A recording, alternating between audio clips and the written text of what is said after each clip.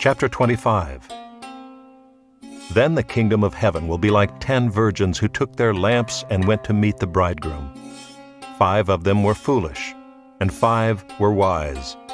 For when the foolish took their lamps, they took no oil with them, but the wise took flasks of oil with their lamps.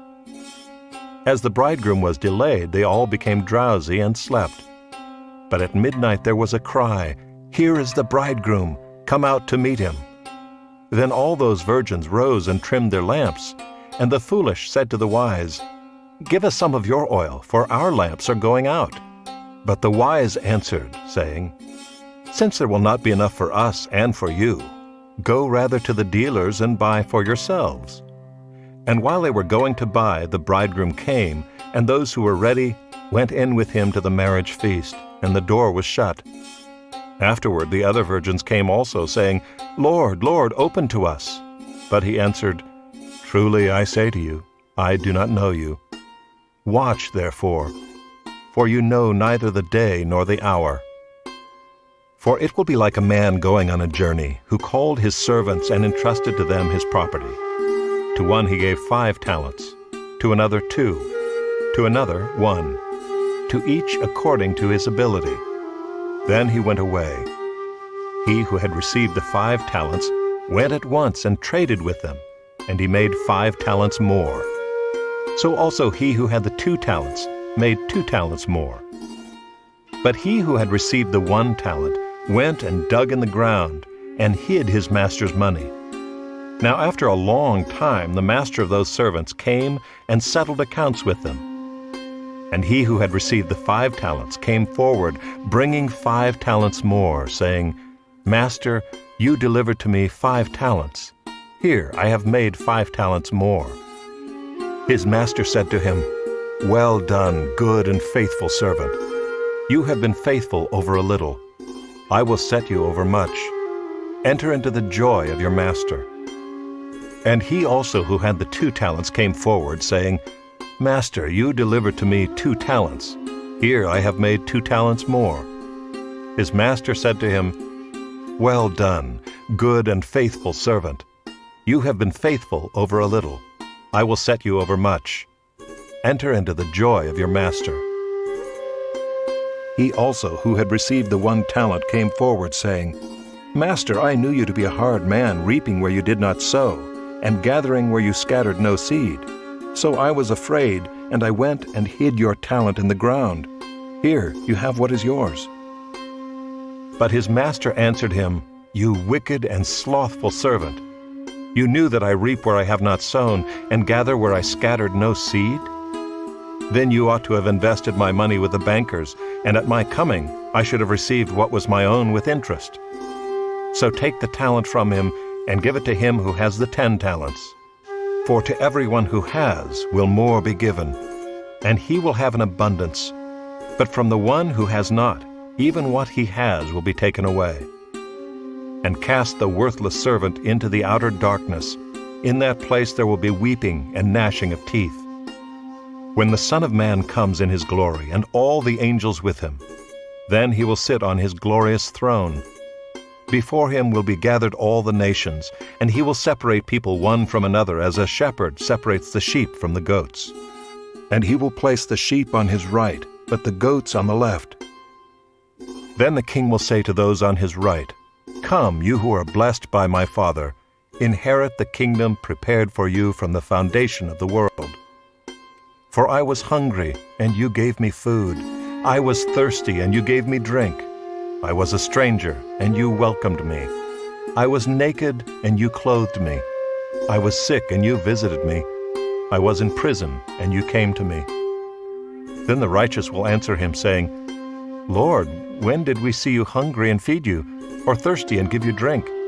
And when did we see you a stranger and welcome you, or naked and clothe you?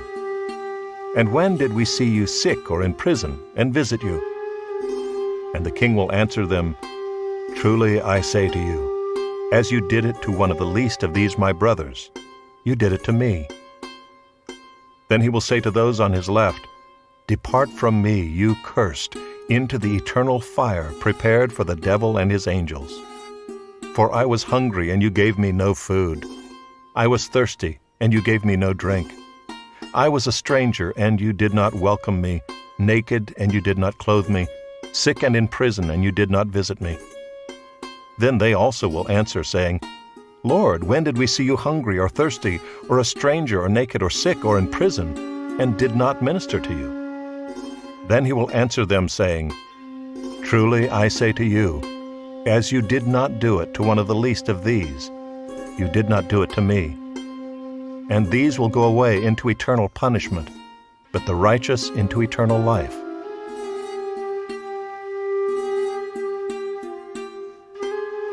Chapter 26.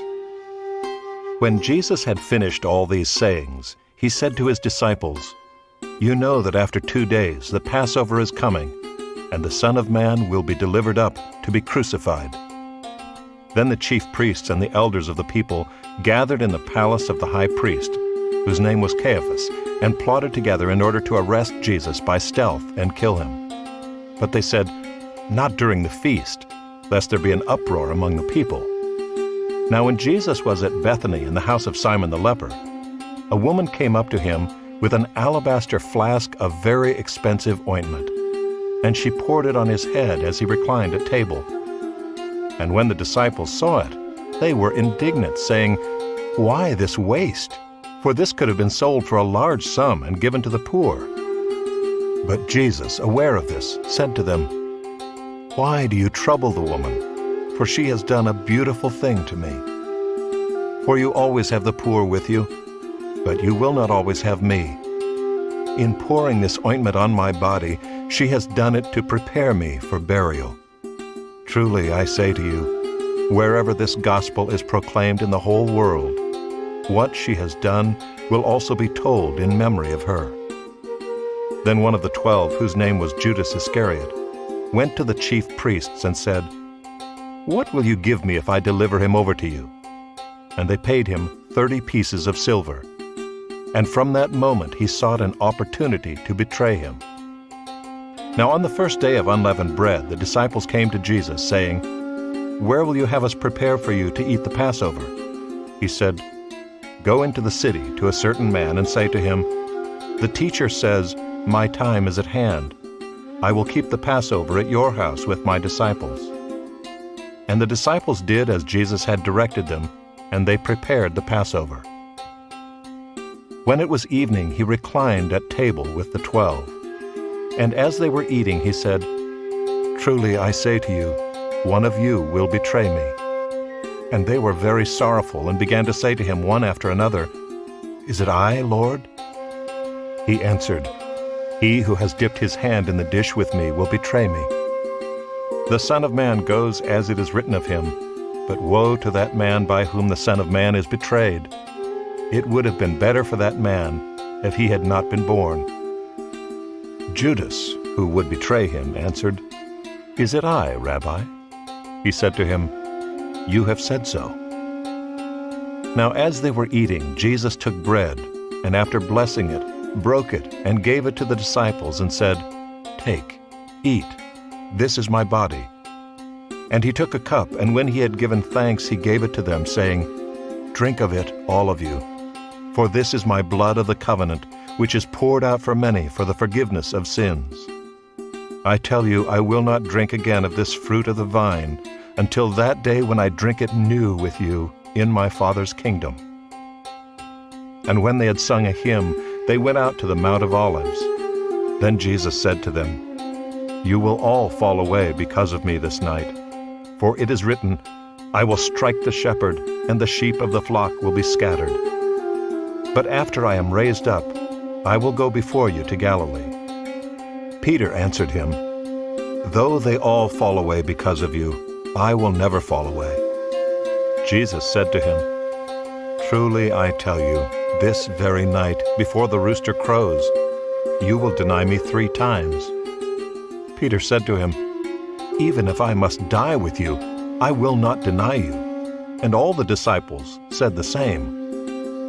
Then Jesus went with them to a place called Gethsemane, and he said to his disciples, Sit here while I go over there and pray.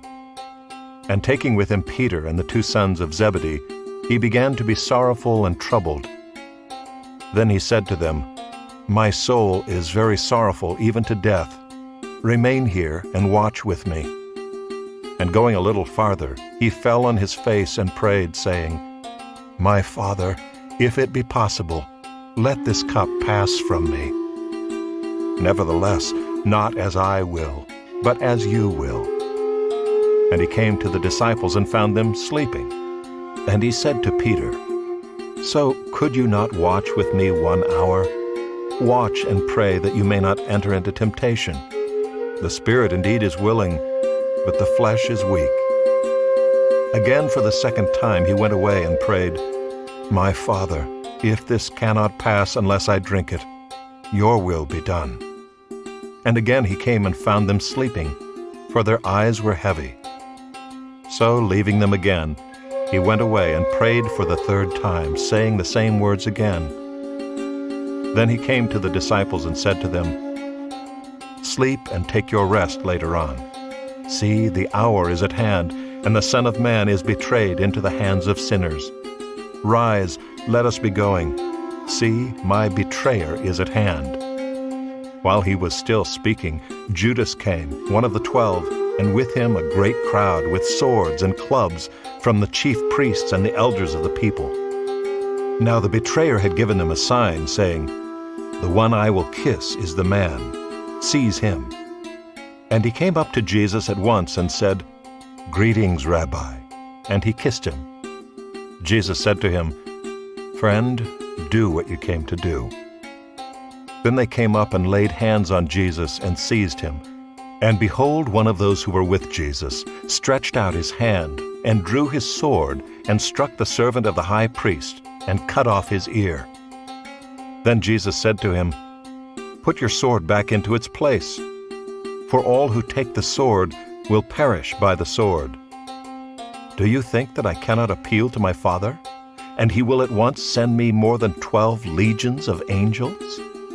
But how then should the Scriptures be fulfilled, that it must be so?" At that hour Jesus said to the crowds, "Have you come out as against a robber with swords and clubs to capture me? Day after day I sat in the temple teaching, and you did not seize me. But all this has taken place, that the Scriptures of the prophets might be fulfilled." Then all the disciples left him and fled. Then those who had seized Jesus led him to Caiaphas the high priest, where the scribes and the elders had gathered. And Peter was following him at a distance, as far as the courtyard of the high priest, and going inside, he sat with the guards to see the end. Now the chief priests and the whole council were seeking false testimony against Jesus, that they might put him to death. But they found none, though many false witnesses came forward. At last 2 came forward and said, "This man said, 'I am able to destroy the temple of God and to rebuild it in 3 days.'" And the high priest stood up and said, "Have you no answer to make? What is it that these men testify against you?" But Jesus remained silent. And the high priest said to him, "I adjure you by the living God, tell us if you are the Christ, the Son of God." Jesus said to him, "You have said so. But I tell you, from now on, you will see the Son of Man seated at the right hand of power and coming on the clouds of heaven." Then the high priest tore his robes and said, "He has uttered blasphemy. What further witnesses do we need? You have now heard his blasphemy. What is your judgment?" They answered, "He deserves death." Then they spit in his face and struck him. And some slapped him, saying, "Prophesy to us, you Christ. Who is it that struck you?" Now Peter was sitting outside in the courtyard, and a servant girl came up to him and said, "You also were with Jesus the Galilean." But he denied it before them all, saying, "I do not know what you mean." And when he went out to the entrance, another servant girl saw him, and she said to the bystanders, "This man was with Jesus of Nazareth." And again he denied it with an oath, "I do not know the man." After a little while the bystanders came up and said to Peter, "Certainly you too are one of them, for your accent betrays you." Then he began to invoke a curse on himself and to swear, "I do not know the man." And immediately the rooster crowed. And Peter remembered the saying of Jesus, "Before the rooster crows, you will deny me 3 times." And he went out and wept bitterly.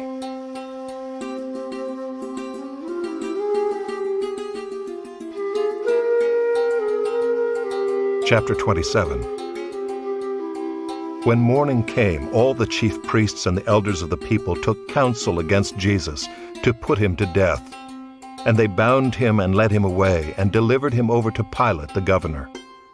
Then when Judas, his betrayer, saw that Jesus was condemned, he changed his mind, and brought back the 30 pieces of silver to the chief priests and the elders, saying, "I have sinned by betraying innocent blood."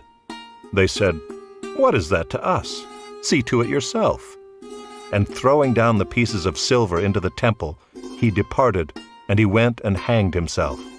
But the chief priests, taking the pieces of silver, said, "It is not lawful to put them into the treasury, since it is blood money." So they took counsel and bought with them the potter's field as a burial place for strangers. Therefore that field has been called the field of blood to this day. Then was fulfilled what had been spoken by the prophet Jeremiah, saying, "And they took the 30 pieces of silver, the price of him on whom a price had been set by some of the sons of Israel, and they gave them for the potter's field, as the Lord directed me." Now Jesus stood before the governor, and the governor asked him, "Are you the king of the Jews?" Jesus said, "You have said so." But when he was accused by the chief priests and elders, he gave no answer. Then Pilate said to him, "Do you not hear how many things they testify against you?" But he gave him no answer, not even to a single charge, so that the governor was greatly amazed. Now at the feast the governor was accustomed to release for the crowd any one prisoner whom they wanted. And they had then a notorious prisoner called Barabbas. So when they had gathered, Pilate said to them, "Whom do you want me to release for you, Barabbas or Jesus who is called Christ?" For he knew that it was out of envy that they had delivered him up. Besides, while he was sitting on the judgment seat, his wife sent word to him, "Have nothing to do with that righteous man, for I have suffered much because of him today in a dream." Now the chief priests and the elders persuaded the crowd to ask for Barabbas and destroy Jesus. The governor again said to them, "Which of the 2 do you want me to release for you?" And they said, "Barabbas." Pilate said to them, "Then what shall I do with Jesus, who is called Christ?" They all said, "Let him be crucified." And he said, "Why? What evil has he done?" But they shouted all the more, "Let him be crucified." So when Pilate saw that he was gaining nothing, but rather that a riot was beginning, he took water and washed his hands before the crowd, saying, "I am innocent of this man's blood. See to it yourselves." And all the people answered, "His blood be on us and on our children." Then he released for them Barabbas, and having scourged Jesus, delivered him to be crucified. Then the soldiers of the governor took Jesus into the governor's headquarters, and they gathered the whole battalion before him. And they stripped him and put a scarlet robe on him, and twisting together a crown of thorns, they put it on his head and put a reed in his right hand. And kneeling before him, they mocked him, saying, "Hail, King of the Jews!" And they spit on him and took the reed and struck him on the head. And when they had mocked him, they stripped him of the robe and put his own clothes on him, and led him away to crucify him. As they went out, they found a man of Cyrene, Simon by name. They compelled this man to carry his cross. And when they came to a place called Golgotha, which means place of a skull, they offered him wine to drink mixed with gall, but when he tasted it, he would not drink it. And when they had crucified him, they divided his garments among them by casting lots. Then they sat down and kept watch over him there. And over his head they put the charge against him, which read, "This is Jesus, the King of the Jews." Then 2 robbers were crucified with him, one on the right and one on the left. And those who passed by derided him, wagging their heads and saying, "You who would destroy the temple and rebuild it in 3 days, save yourself. If you are the Son of God, come down from the cross." So also the chief priests, with the scribes and elders, mocked him, saying, "He saved others. He cannot save himself. He is the King of Israel. Let him come down now from the cross, and we will believe in him. He trusts in God. Let God deliver him now, if he desires him. For he said, 'I am the Son of God.'" And the robbers who were crucified with him also reviled him in the same way. Now from the 6th hour there was darkness over all the land until the 9th hour. And about the 9th hour Jesus cried out with a loud voice, saying, "Eli, Eli, lama sabachthani?" That is, my God, why have you forsaken me?" And some of the bystanders hearing it said, "This man is calling Elijah." And one of them at once ran and took a sponge, filled it with sour wine, and put it on a reed and gave it to him to drink. But the others said, "Wait, let us see whether Elijah will come to save him." And Jesus cried out again with a loud voice, and yielded up his spirit. And behold, the curtain of the temple was torn in two from top to bottom. And the earth shook, and the rocks were split. The tombs also were opened, and many bodies of the saints who had fallen asleep were raised, and coming out of the tombs after his resurrection, they went into the holy city and appeared to many. When the centurion and those who were with him keeping watch over Jesus saw the earthquake and what took place, they were filled with awe and said, "Truly, this was the Son of God." There were also many women there, looking on from a distance, who had followed Jesus from Galilee, ministering to him, among whom were Mary Magdalene, and Mary the mother of James and Joseph, and the mother of the sons of Zebedee. When it was evening, there came a rich man from Arimathea named Joseph, who also was a disciple of Jesus. He went to Pilate and asked for the body of Jesus. Then Pilate ordered it to be given to him. And Joseph took the body and wrapped it in a clean linen shroud, and laid it in his own new tomb, which he had cut in the rock. And he rolled a great stone to the entrance of the tomb and went away. Mary Magdalene and the other Mary were there, sitting opposite the tomb. The next day, that is, after the day of preparation, the chief priests and the Pharisees gathered before Pilate and said, "Sir, we remember how that impostor said while he was still alive, 'After 3 days I will rise.'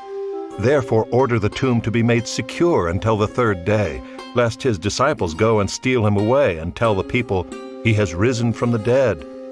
And the last fraud will be worse than the first." Pilate said to them, "You have a guard of soldiers. Go, make it as secure as you can." So they went and made the tomb secure by sealing the stone and setting a guard.